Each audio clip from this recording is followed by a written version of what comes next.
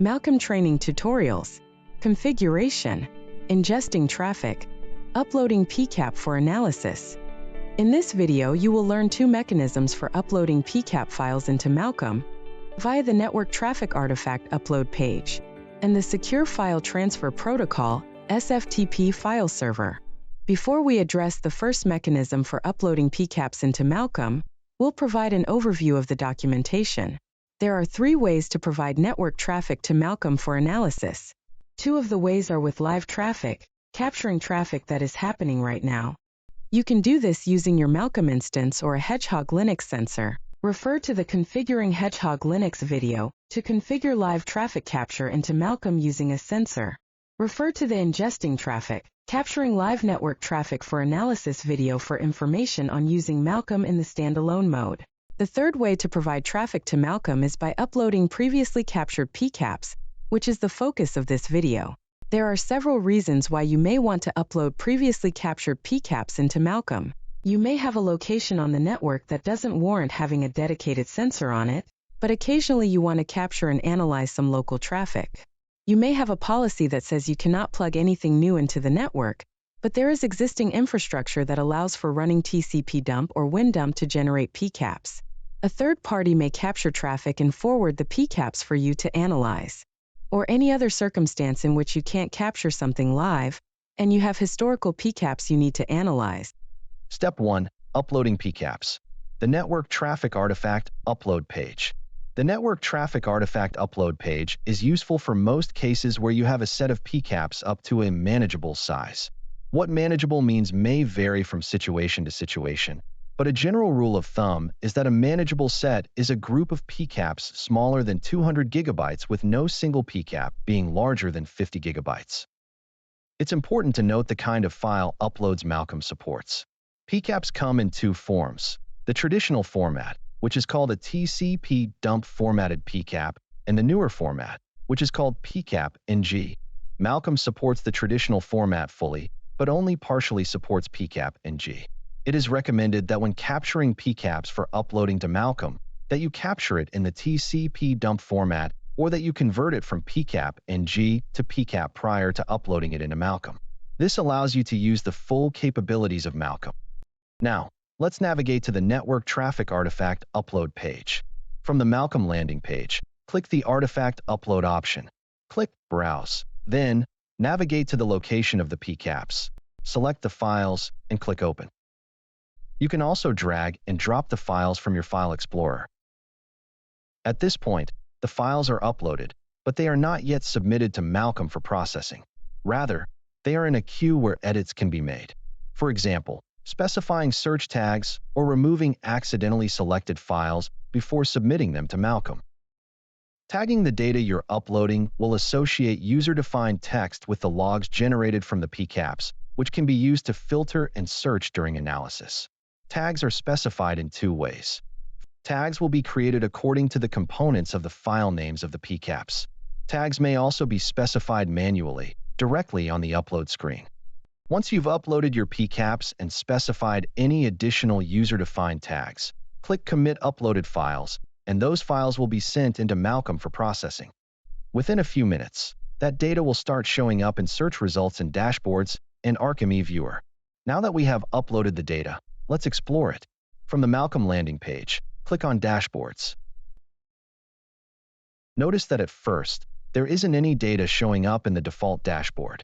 That is because we have just uploaded historical data, but the default search time frame of dashboards is the last 15 minutes. Set the time filter to include the time range of the uploaded PCAPs. For this example, we will change minutes to years, which will allow us to see the historical network traffic logs. All network data is time series data. Network logs processed by Malcolm have a few important timestamps. One of those times is when that data was ingested or written to Malcolm's database. Under Log Source, you can see Malcolm listed as the source with a last ingested time of November 21, 2024 at 1832. Another timestamp to note is the time the network traffic itself occurred, which in our example is the 2015 timeframe. If you refresh the dashboard, you can see that the data is still being processed in the background because the last ingested time continues to increase. After a few minutes, the last ingested time will no longer change because the data is finished processing. When we uploaded the data, we had specified certain tags that are associated with that data. We can now filter and search on those tags. First, click Add a filter. Type tags. Set operator to is one of. The list of possible choices based on what search criteria is displayed. Select the ones we want to filter from this list and click Save. Step 2. Uploading PCAPs. The Secure File Transfer Protocol, SFTP file server.